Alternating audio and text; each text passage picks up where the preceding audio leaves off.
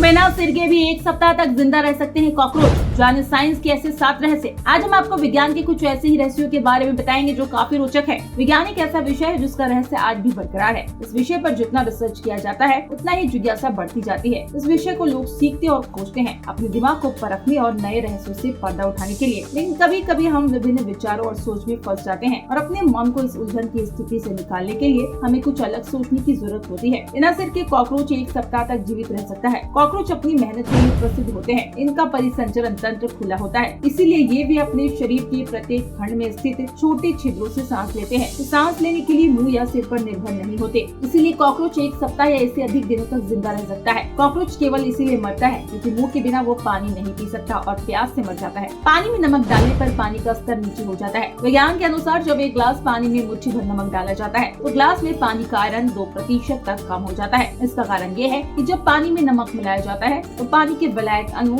विखंडित ion के आसपास के क्षेत्र में अधिक सुव्यवस्थित हो जाते हैं। पानी के संपर्क में आने पर कुछ धातुओं में विस्फोट होता है। ये एक सच्चाई है कि जब कुछ धातुएं हवा के संपर्क में आती है तो तुरंत ही ऑक्सीकृत हो जाती है क्योंकि ये धातुएं अत्यधिक क्रियाशील होती है। इन धातुओं में सोडियम, पोटेशियम, लिथियम, रुबिडियम और सीजियम प्रमुख है। इन धातुओं को जब पानी में डाला जाता है तो विस्फोट होता है। हम जानते हैं कि ये सभी क्षार धातुएं हैं और इनकी बाहरी कक्षा में केवल एक इलेक्ट्रॉन होता है, जिसके कारण वे आसानी से इस इलेक्ट्रॉन का त्याग कर अन्य धातुओं के साथ बंधन बना लेते हैं। इसीलिए ये धातुएं प्रकृति में स्वतंत्र रूप से अस्तित्व में नहीं होती है। क्या आपको पता है डीएनए तक अग्निरोधी भी है? रिसर्च में पता चला है जब डीएनए से सूती कपड़ों की कोटिंग की जाती है तो डीएनए में पाए जाने वाले आनुवंशिकता संबंधित तत्व कपड़े की ज्वलनशीलता को कम कर देते हैं। इसका कारण डीएनए में मौजूद फास्फेट है जो गर्म होने पर फास्फोरिक अम्ल का निर्माण करता है जो पानी को प्रतिस्थापित कर एक अग्निरोधी पदार्थ की तरह कार्य करता है। वास्तव में डीएनए में मौजूद नाइट्रोजन अमोनिया का उत्पादन करता है जो कि दहन को रोकता है। सोते समय हमें गंध का पता नहीं चलता है। ब्राउन विश्वविद्यालय के रिसर्चर ने 2004 में 20 से 25